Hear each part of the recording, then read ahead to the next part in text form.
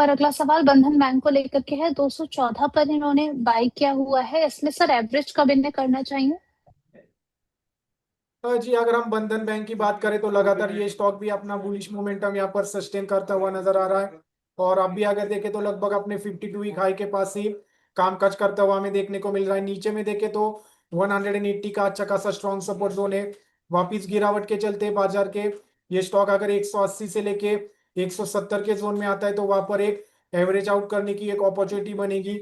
नीचे में देखें तो 140 का एक अच्छा खासा स्ट्रॉन्ग सपोर्ट जोन यहाँ पर निकल के आ रहा है। तो 140 का स्ट्रिक्ट स्टॉप लॉस यहाँ पर मेंटेन रखना है।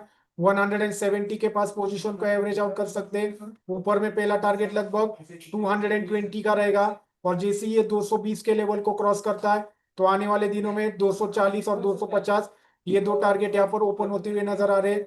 तो ट्रेंड पॉजिटिव है गिरावट में। 170 के पास आप पोजीशंस को एवरेज आउट कर सकते हैं। स्टॉप लॉस स्ट्रिक्टली 140 का यहाँ पर मेंटेन रखना है। जी मैम। ठीक है, अगला सवाल यहाँ पर NISCL को लेकर के है।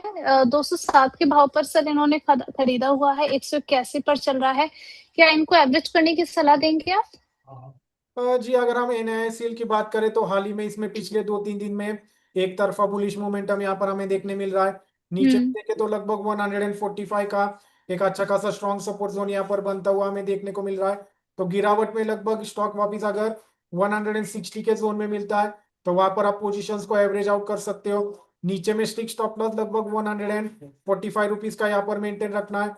और वापिस उछाल में जो इसका प्रीवियस हाई अभी का रिसेंटली जो 215 से लेके 220 का बनाया था तो वहां पर कोशिश करें फुल प्रॉफिट बुकिंग करने की। नीचे में स्ट्रिक्ट स्टॉप लॉस 145 का रखे और एवरेज प्राइस 160 की यहाँ पर रखनी चाहिए। जी मैम। ठीक है, अतुल चौधरी जी का क्वेश्चन है वेल्सपन लिविंग को लेकर के। 250 शेयर इनके पास 138 के प्राइस पर जानना चाह रहे हैं कि अभी इनको क्या प्रॉफिट बुक कर लेना चाहिए या फिर नहीं, और सही एंट्री का वेट करें। जी, अगर हम वेल्स पर लिविंग की बात करें तो लगभग इसका 150 का एक स्ट्रॉन्ग रेजिस्टेंस जोन था। हाल ही में इसने इस रेजिस्टेंस का ब्रेकआउट किया है। और अभी अगर देखें तो एक थोड़ा सा साइडवेज में ये कामकाज करता हुआ नजर आ रहा है। पार्शियल प्रॉफिट बुकिंग की यहाँ पर सलाह रहेगी। नीचे में स्ट्रिक्ट स्टॉप लॉस लगभग 130 का यहाँ पर मेंटेन रखना है। और ऊपर में 180 का पहला टारगेट रहेगा।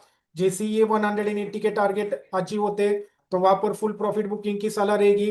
अभी CMP 160 चल रही है तो यहाँ पर पार्शियल प्रॉफिट बुक करे 130 का स्ट्रिक्ट स्टॉप लॉस मेंटेन रखे और 180 के पास फुल प्रॉफिट बुकिंग की यहाँ पर राय रहेगी। जी मैम। चलिए, यहाँ पर दूसरा इनका सवाल है हीरो मोटोकॉर्प एंड वेदांता में फ्रेश एंट्री के लिए सर क्या लेवल्स होने चाहिए? जी, अगर हम हीरो मोटोकॉर्प की बात करें तो ये स्टॉक लॉन्ग टर्म के नजरिए से एक अच्छी खासी इन्वेस्टमेंट पीक है। अभी अगर देखें तो ऊपरी स्तर से इसमें लगातार हमें लोअर लो से फॉर्मेशन करता हुआ नजर आ रहा है। नीचे में देखें तो 4100 से लेके 4000 का एक अच्छा खासा स्ट्रॉन्ग सपोर्ट जोन है।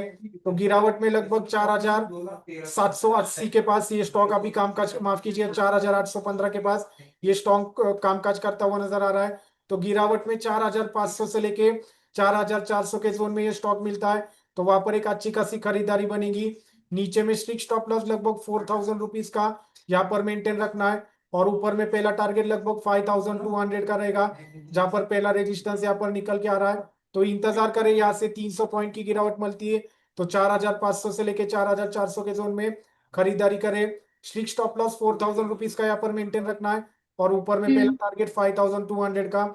उसी के साथ साथ अगर हम वेदांता की बात करें तो ये स्टॉक में भी हाल ही में जो इनकी जो डीमर्जर हुआ था तो उसी के चलते इसमें हम्म। भी एक अच्छा खासा प्रेशर बनता हुआ नजर आ रहा था। पर आप भी अगर देखें तो लगभग अपने सपोर्ट एरिया के पास ही ये कामकाज करता हुआ नजर आ रहा है। 260 से लेके 250 का एक अच्छा खासा स्ट्रॉन्ग सपोर्ट जोन है। तो जब तक स्टॉक 250 के ऊपर सस्टेन हो रहा है तब तक यहाँ पर आप गिरावट में खरीदारी कर सकते हैं। उछाल में लगभग 300 से लेके 320 का एक अच्छा खासा स्ट्रॉन्ग रेजिस्टेंस जोन यहाँ पर निकल के आ रहा है। तो कोशिश करें 260 के पास खरीदारी करने की। नीचे में स्ट्रिक्ट स्टॉप लॉस लगभग यहाँ पर 220 रुपए का मेंटेन रखना है। और उछाल में लगभग 300 से लेके 320 तक के टारगेट आप यहाँ पर फुल प्रॉफिट बुकिंग कर सकते हैं। जी मैम। चलिए ठीक है, यहाँ पर शुभम जी का क्वेश्चन है जमुना ऑटो को लेकर के। 135 के भाव पर इन्होंने से 12,000 शेयर ले रखे हैं। अब इतनी क्वांटिटी का क्या इन्हें क्या करना चाहिए सर, आगे बना करके चले अपनी पोजीशन? जी अगर हम जमुना ऑटो की बात करें तो इसमें एक double bottom formation W pattern हमें बनता हुआ नजर आ रहा है, हम्म। और लगभग ये अपने रेजिस्टेंस जोन 135 वहीं पर ये होल्ड करता हुआ नजर आ रहा है। अगर हम बात करें तो क्वांटिटी इन्होंने जरूर यहाँ पर अच्छी खासी खरीदारी की है। नीचे में देखे तो लगभग इसका सपोर्ट जोन 110 रुपीज का निकल के आ रहा है, तो जब तक स्टॉक 110 के ऊपर सस्टेन है तब तक आप पोजीशंस में बने रह सकते हैं। उछाल में वापिस 150 का एक इमीडिएट हर्डल जोन यहाँ पर निकल के आ रहा है, तो कोशिश करें उछाल में 145 से लेके 150 के लेवल से यहाँ पर मिलते हैं तो क्वांटिटी कम करने की। नीचे में स्टिक स्टॉप लॉस 110 रुपीज का यहाँ पर मेंटेन रखे, और फुल प्रॉफिट बुकिंग की सलाह 145 से लेके 150 के जोन में यहाँ पर आप फुल प्रॉफिट बुक कर सकते हैं। जी मैम। ठीक है, यहाँ पर एक और जरा इन्होंने नाम लिखा हुआ है, JTEKT। ये भी जरा सर्च कीजिए, इसका चार्ट लिख करके आइएगा, एक बार फिर से मैं दोहरा देती हूँ। JTEKT, इसके 8000 शेयर से एंटरप्राइज 135। जी अगर हम जेटीए की बात करें तो ये भी एक डब्ल्यू पैटर्न फॉर्मेशन यहाँ पर बनता हुआ नजर आ रहा है, और लगभग स्टॉक अपने 200 ईएमए रेजिस्टेंस जोन के पास ही थोड़ा सा यहाँ पर एक रेजिस्टेंस फेस करता हुआ हमें देखने को मिल रहा है। जब तक स्टॉक 150 के लेवल्स को क्रॉस नहीं करता तब तक यहाँ पर एक हमें वन वे बुलिश मोमेंटम ऊपर में लगभग 170 और 180 के टारगेट यहाँ पर हमें देखने मिल सकते हैं। 150 के ऊपर ये स्टॉक क्रॉस करके क्लोजिंग बेसिस पे क्लोजिंग होनी चाहिए, तब जाके ये बुलिश मोमेंटम बनेगा। नीचे में देखे तो 115 से लेके 100 का एक अच्छा खासा स्ट्रॉन्ग सपोर्ट जोन है, तो नीचे में स्टॉप लॉस स्ट्रिक्टली 100 रुपीज का यहाँ पर आपको मेंटेन रखना है, और उछाल में 150 के पार पार्शियल प्रॉफिट बुकिंग की सलाह रहेगी, और उसके बाद अगला टारगेट सीधा 180 का रहेगा। तो कोशिश करें नीचे में 100 के पास स्ट्रिक्ट स्टॉप लॉस मेंटेन रखना है, और उछाल में 150 के पास पार्शियल प्रॉफिट बुक करें, और उसके बाद स्टॉप लॉस को ट्रेल करके 130 के पास स्ट्रिक्टली मेंटेन रख के 180 के टारगेट के लिए पोजीशंस में बने रह सकते हैं। जी मैम। अच्छा ठीक है, यहाँ पर सर एक सवाल है भारत फोर्ज को लेकर के, जानना चाह रहे हैं कि यहाँ पर क्या ब्रेकआउट आता हुआ नजर आ रहा है? 4.11% पर की अपसाइड देखने को मिल रही है, 2233 के भाव पर चल रहा है। जी अगर हम भारत फोर्ज की बात करें तो ऑलरेडी इसमें ब्रेकआउट ऑलरेडी बन चुका है, और लगभग ये हम्म। 52 वीक हाई के पास ही ट्रेड कर रहा है।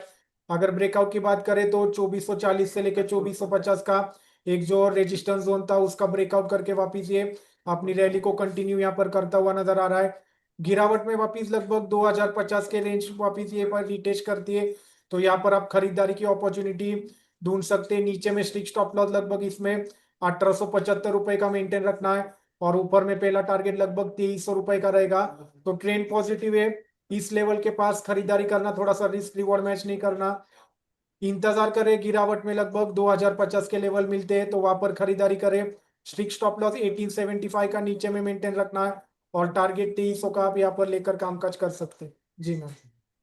ठीक है सर, तेजस नेटवर्क, अगला सवाल यहाँ पर आया है, तेजस नेटवर्क पर आपका व्यू क्या रहेगा? जी अगर हम तेजस नेटो की बात करें तो ये स्टॉक ने भी एक अच्छा खासा निचले स्तर से बाउंस बैक देता हुआ नजर आ रहा है, पर ऊपर में देखे तो लगभग रेजिस्टेंस जोन के पास ही ये अपना रिवर्सल ले रहा है, लगभग 650 एक अच्छा खासा स्ट्रॉन्ग रेजिस्टेंस जोन है।